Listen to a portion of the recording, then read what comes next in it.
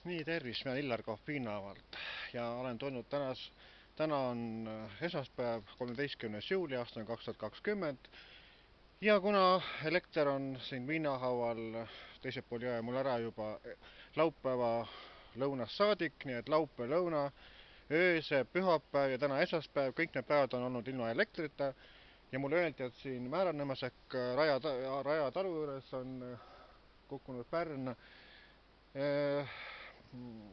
selle telefoni või tähendab elektritaatidest, sest ma tulin siia koha peale, sõitsin rattaga ära, tulin vaatama, mis siin toimub ja noh, tõepoolest siin on niisugune pärnapuu murdunud ja täielikult, kui me vaatame, on ta siin elektritraatidesse kukkunud, nii et see elektrikaabel, see on siin niimoodi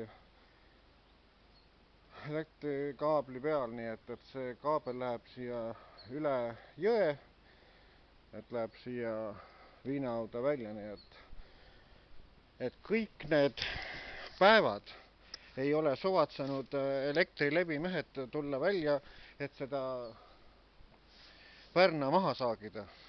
Et sellepärast peavad siis inimesed kannatama selle ole, et elektrit ei ole, et paljudel külmkapid sulavad ja mida iganes. Et kas siis tõesti on Elektrilevil, Eesti Energial üle võimet, et käia ja saagida sellised puud ära, et mingi nädalapäevad ei pea inimestel ilma elektrita olema, et häbi võiks olla. Nii et vaadake ise, mis siin toimub. Et saag peaks ometi olemas, et ära saagida, et siit ja liin korda teha. Et mul on selline tunne, et siin ei ole keegi vaatamas käinud üldse, et neid Elektrilevi mehi ei huvita absoluutselt see värk, et mis maainimesed teevad, kuidas nemad elavad ilma elektrita.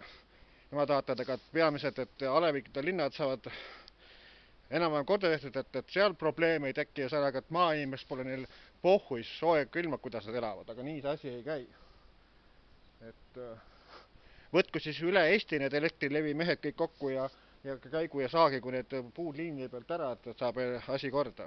Nii ütleb mina, Illar Kohv Viinavalt.